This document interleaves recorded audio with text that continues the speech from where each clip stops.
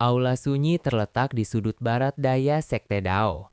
Di tempat itu berdiri lebih dari selusin puncak gunung raksasa yang menjulang tinggi hingga menyentuh langit, membentuk lingkaran besar. Di atas puncak-puncak tersebut mengalir air terjun yang tampak seperti pita perak.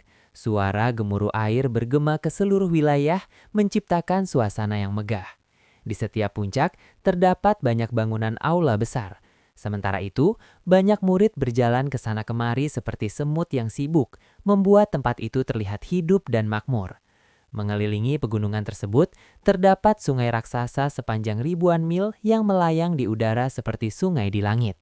Namun jika diperhatikan dengan saksama, sungai itu sebenarnya terbentuk dari nirvana chi yang sangat padat. Itulah Sungai Pil. Ketika Lindong melihat Sungai Pil yang melayang di langit itu, ia langsung terkejut. Sumber daya sekte super seperti Sekte Dao ternyata benar-benar luar biasa. Lindong pernah merasakan manfaat berkultivasi di Sungai Pil ketika berada di medan perang kuno. Namun saat itu waktunya sangat terbatas, sehingga ia tidak bisa menikmati kultivasi di sana terlalu lama. Karena itu, saat melihat Sungai Pil yang besar di aula sunyi, hati Lindong dipenuhi kegembiraan. Di sampingnya, Wu Dao menunjuk ke arah pegunungan tersebut. Di aula sunyi, terdapat sekitar 3.000 murid resmi dan 300 murid langsung. Mereka semua telah melewati ujian yang sangat ketat. Di luar itu, ada puluhan ribu murid cabang. Jika mereka berhasil lulus ujian, mereka bisa menjadi murid resmi aula sunyi. Mendengar angka-angka itu, Lindong langsung terkejut. 300 murid langsung? Menurut aturan perang 100 kekaisaran, untuk menjadi murid langsung Sekte Super seseorang harus mencapai peringkat emas nirsana. Namun di aula sunyi saja, sudah ada 300 orang seperti itu. Mereka pasti para jenius sejati seperti Lan Ying dan yang lainnya. Jika dibandingkan, jumlah peserta peringkat emas nirvana di perang 100 kekaisaran bahkan tidak mencapai setengah dari angka tersebut. Ini menunjukkan bahwa Sekte Super seperti Sekte Dao memiliki banyak cara lain untuk merekrut murid. Lindong tidak perlu melihat 3 aula lainnya untuk menyadari bahwa jumlah murid mereka pasti lebih banyak lagi. Pada saat itu, Lindong benar-benar memahami betapa menakutkannya kekuatan Sekte Dao. Dengan fondasi murid yang begitu kuat, tidak heran jika tidak ada kerajaan di wilayah Suan Timur yang mampu menandingi mereka.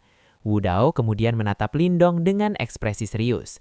Lindong, berdasarkan prestasimu di Perang 100 Kekaisaran, kamu memenuhi syarat untuk menjadi murid langsung Sekte Dao. Namun kamu harus ingat, bahkan di aula sunyi pun, persaingan sangat ketat. Jika kamu ingin menikmati hak istimewa sebagai murid langsung, kamu harus membuktikan kemampuanmu. Jika tidak, posisi itu bisa saja direbut oleh orang lain kapan saja. Lindong mengangguk sambil tersenyum. Hadiah apa yang akan saya terima? Wu Dao tersenyum sambil menunjuk ke arah Sungai Pil. Perendaman kepala Sungai Pil. Di bagian terdalam Sungai Pil, terdapat energi yang sangat murni bernama Nirvana Golden Chi. Energi itu sangat bermanfaat bagi para kultivator tahap Nirvana. Ketika waktunya tiba, aku dan kepala aula akan secara langsung mengendalikan Nirvana Golden Chi untuk menempa tubuhmu dan Yuan Power milikmu. Jika kamu mampu menahannya, kekuatanmu akan meningkat dengan sangat pesat. Mata Lindong langsung berbinar. Sepertinya hadiah yang luar biasa. Wu Dao mendengus. Tentu saja, biasanya hanya murid terkuat aula sunyi yang bisa menikmati perlakuan seperti itu. Kalau bukan karena jasamu merekrut banyak murid untuk Sekte Dao, kamu tidak akan mendapatkan kesempatan ini. Lindong tersenyum lalu bertanya, siapa murid terkuat di aula sunyi sekarang? Wu Dao menjawab dengan santai, ada 4 murid senior, semuanya berada di tahap 7 Yuan Nirvana. Mata Lindong sedikit menyipit, tahap 7 Yuan Nirvana. Namun ia tetap tersenyum. Mereka memang kuat, tapi bukan mungkin untuk mengejar mereka. Dengan kekuatan Lindong saat ini, ia sudah mampu melawan ahli tahap 6 Yuan Nirvana. Jika kekuatannya meningkat lagi, menghadapi tahap 7 Yuan Nirvana bukanlah hal yang mustahil. Wu Dao mengangguk diam-diam. Ia sudah melihat sendiri bagaimana Lindong berkembang selama medan perang kuno. Bagi seorang pemuda dari kerajaan kecil untuk mencapai tahap ini sudah merupakan keajaiban. Wu Dao kemudian berkata lagi, jika kamu ingin mempelajari kitab suci penghancuran besar, kamu harus mengalahkan mereka terlebih dahulu. Namun itu urusan nanti. Untuk saat ini, kamu harus bersiap menghadapi perendaman kepala Sungai Pil. Tapi ingat, karena kamu adalah murid baru yang mendapatkan perlakuan istimewa, pasti ada murid lain yang merasa tidak puas. Dalam hal ini, kamu harus menghadapinya sendiri. Lindong tersenyum tenang. Saya mengerti. Tiba-tiba, Wu Dao menoleh ke arah Little Marten dan Little Flame. Lalu bagaimana dengan dua temanmu ini? Little Marten menjawab santai. Dalam 2 hari, kita akan pergi. Lindong langsung terkejut. Pergi? Little Marten tersenyum lalu berkata, ada tempat di wilayah Suan Timur yang sangat cocok untuk Little Flame. Dia bisa berkembang lebih cepat di sana. Little Flame menggaruk kepalanya sambil tertawa. Kakak, saudara kedua bilang aku bisa menjadi lebih kuat di sana. Jika kakak butuh bantuan, kirim saja pesan. Kita akan langsung datang. Lindong terdiam sejenak sebelum akhirnya mengangguk. Ia tahu Little Marten memiliki banyak rahasia yang belum ia ceritakan. Namun Lindong tidak ingin memaksanya. Saat ini, yang terpenting adalah meningkatkan kekuatannya sendiri. Wu Dao kemudian berkata, baiklah, kalian semua istirahat hari ini. Besok kita akan menuju panggung Sungai Pil untuk melakukan perendaman kepala Sungai Pil. Semua orang langsung menjawab dengan hormat. Baik, Wu Dao tersenyum sambil berkata, mulai saat ini, kalian adalah murid resmi Aula Sunyi. Tempat ini akan menjadi rumah kalian. Mendengar kata-kata itu, Liu Bai dan lainnya terlihat sangat bahagia. Setelah perjalanan panjang dan penuh bahaya, akhirnya mereka bisa menjadi murid Sekte Super. Sementara itu, di sisi timur Sekte Dao, berdiri gunung yang jauh lebih megah. Itulah wilayah Aula Langit. Di atas Aula Langit, juga terdapat Sungai Pil yang melayang di langit, bahkan lebih besar dari yang ada di Aula Sunyi. Di atas sungai itu, terdapat banyak platform yang digunakan oleh para murid untuk berlatih. Semakin dekat ke pusat sungai, semakin sedikit platform yang ada. Tiba-tiba, terdengar suara angin yang membelah langit. Sebuah sosok anggun melintas di udara diiringi suara alat musik yang lembut. Sosok itu mendarat di platform terdalam Sungai Pil. Itu adalah Ying Hawan Hang. Begitu mendarat, ia melihat seorang wanita yang duduk bermeditasi di tepi platform. Wanita itu mengenakan jubah hitam dengan rambut hijau yang diikat sederhana. Di depan tangannya, melayang sebuah pedang hijau yang memancarkan aura tajam membelah nirvana chi di sekitarnya. Wanita itu adalah Ying Yang Xiao, kakak perempuan dari Ying Hawan Hang, dan juga murid terkuat dari generasi muda Sekte Dao. Di sebuah peron, ketika wanita berpakaian hitam mendengar suara langkah kaki di belakangnya, matanya yang semula tertutup perlahan terbuka. Sudut bibirnya sedikit rangkat, membuat wajahnya yang dingin tampak lebih lembut sejenak. Aku kira kamu mengikuti Paman Wu Dao untuk memilih murid baru. Kenapa wajahmu terlihat murung? Tanya wanita berpakaian hitam itu. Tangannya yang putih seperti bunga memegang pedang panjang berwarna hijau. Ia kemudian berdiri dengan anggun sambil menatap Ying Huan Huan dengan sedikit rasa penasaran di matanya. Jangan dibicarakan lagi, kata Ying Huan Huan sambil mengerutkan alis dan cemberut. Awalnya aku ingin melihat seperti apa kemampuan juara perang 100 kekaisaran itu, tapi ternyata dia hanya orang bodoh yang sombong. Mengapa begitu? Tanya wanita berpakaian hitam itu dengan tenang sambil menatap Sungai Pil yang bergelombang. Orang itu benar-benar menolak kesempatan untuk masuk ke Aula Langit dan malah memilih Aula Sunyi. Ying Huan Huan berkata dengan kesal. Wanita berpakaian hitam itu sedikit terkejut, bahkan dia sendiri belum pernah mendengar kejadian seperti itu sebelumnya. Dia berkata ingin mempelajari kitab suci Sunyi Agung. Ambisinya cukup besar, jawab wanita berpakaian hitam itu dengan lembut. Memang ambisius, tapi aku khawatir ambisi itu justru akan membunuhnya. Ying Huan Huan mendengus. Jika kitab suci Sunyi Agung mudah dipelajari, Aula Sunyi pasti sudah lama melampaui Aula Langit. Bahkan kakak pernah bermeditasi di depan prasasti Sunyi selama 1 bulan penuh, tapi tetap tidak mendapatkan apa-apa. Bagaimana mungkin orang itu bisa berhasil? Wanita berpakaian hitam itu menatap Sungai Pil yang luas. Aku tidak memiliki takdir dengan kitab suci Sunyi Agung. Namun orang lain mungkin saja bisa. Untuk mempelajari kitab suci Sunyi Agung tidak hanya membutuhkan kecocokan, kata Ying Huan Huan. Jangan bilang kakak pikir orang itu punya peluang untuk berhasil.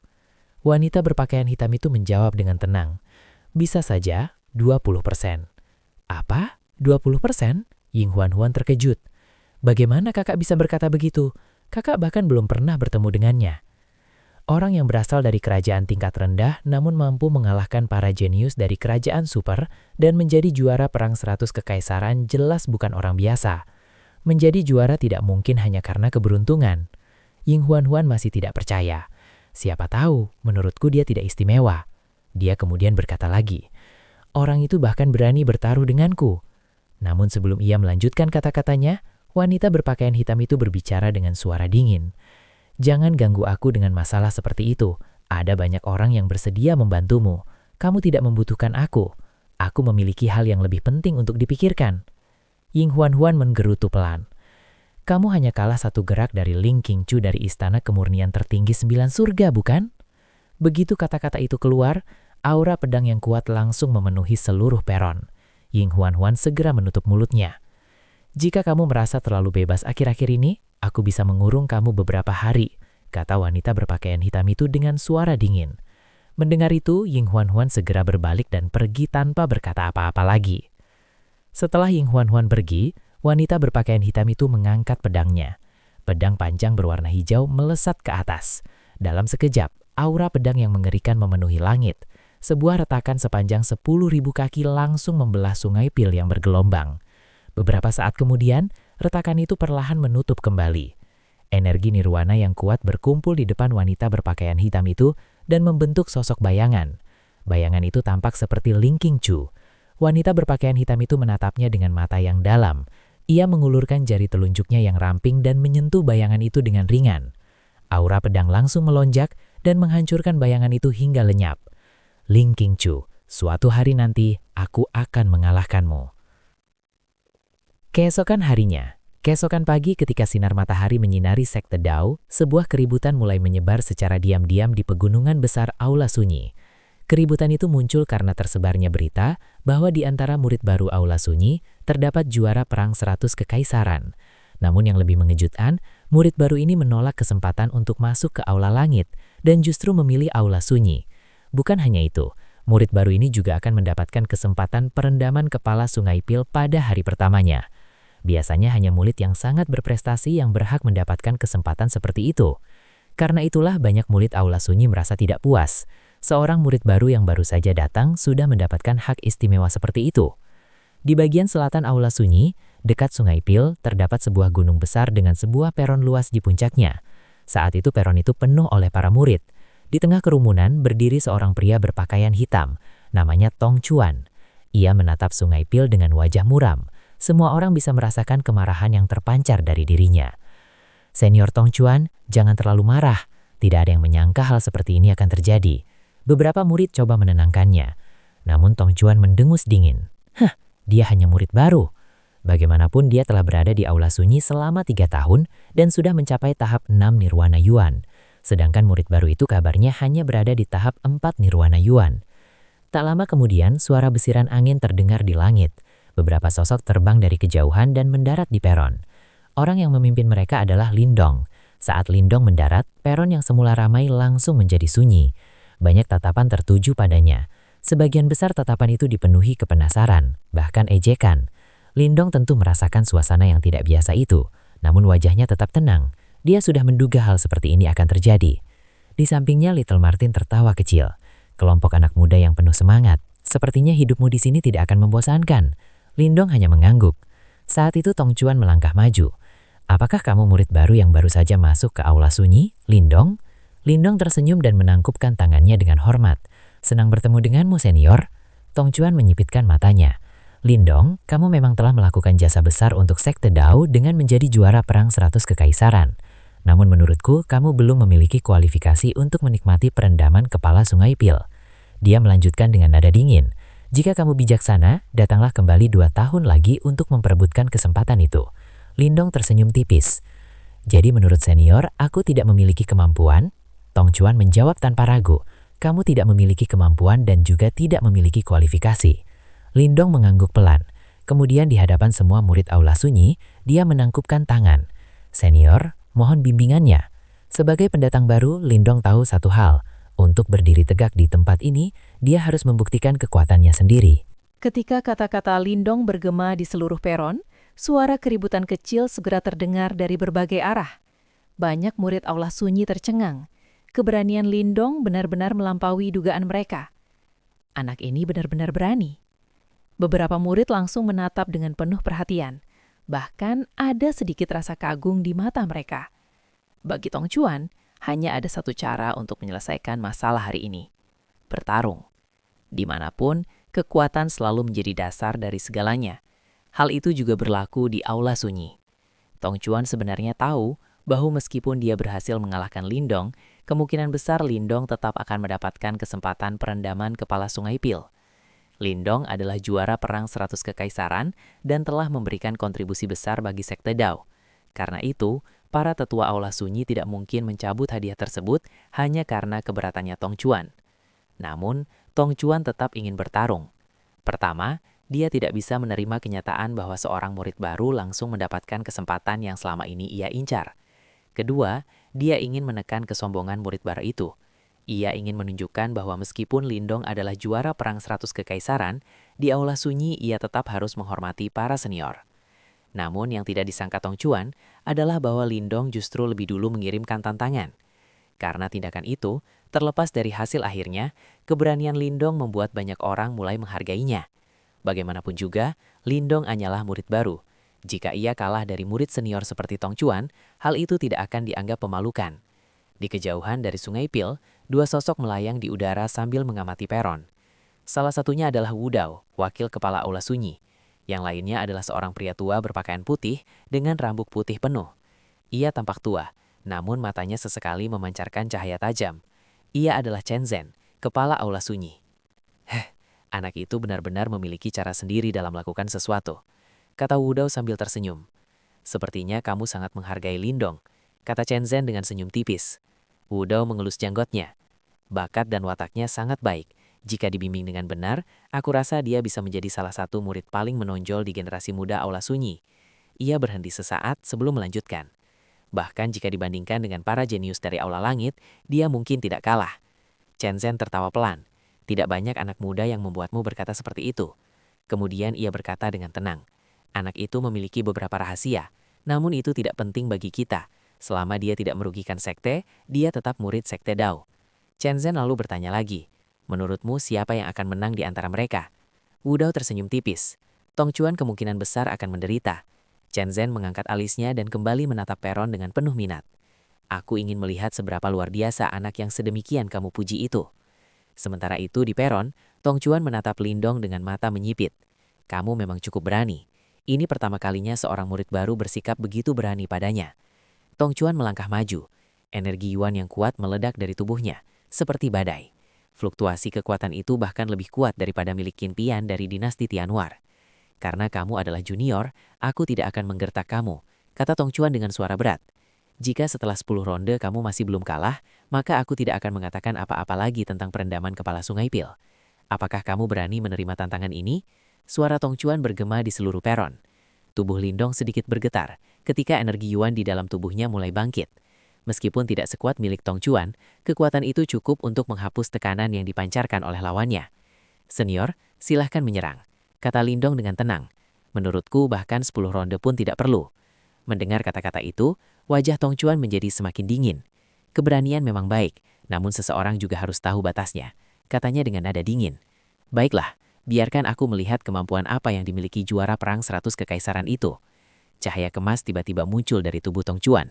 Dalam sekejap, cahaya itu berubah menjadi pedang kemas besar dan aura kuat langsung menyebar dari pedang tersebut. Tong Chuan melangkah maju. Pedang kemas di tangannya bergetar, lalu beberapa tebasan energi pedang melesat ke arah Lindong dengan kecepatan tinggi. Menghadapi serangan itu, Lindong mengangkat tangannya. Cahaya hijau muncul dari telapak tangannya dan berubah menjadi perisai bersisik berwarna hijau. Tebasan energi pedang menghantam perisai tersebut. Percikan cahaya muncul, namun serangan itu tidak mampu menembus pertahanan Lindong. Setelah menahan serangan awal itu, Lindong tidak berniat berlama-lama. Tubuhnya melesat maju dengan cepat. Di telapak tangannya muncul sebuah segel intam besi. Segel itu membesar dengan cepat dan berubah menjadi bayangan gigantis yang menekan ke arah Tong Chuan. Tong Chuan terkejut melihat penampilan benda itu. Harta karun siwa surgawi? Namun ia segera mundur dan mengangkat tinjunya. Tinju penghancur iblis. Energi Yuan yang kuat berkumpul di tinjunya sebelum menghantam segel isam besi tersebut.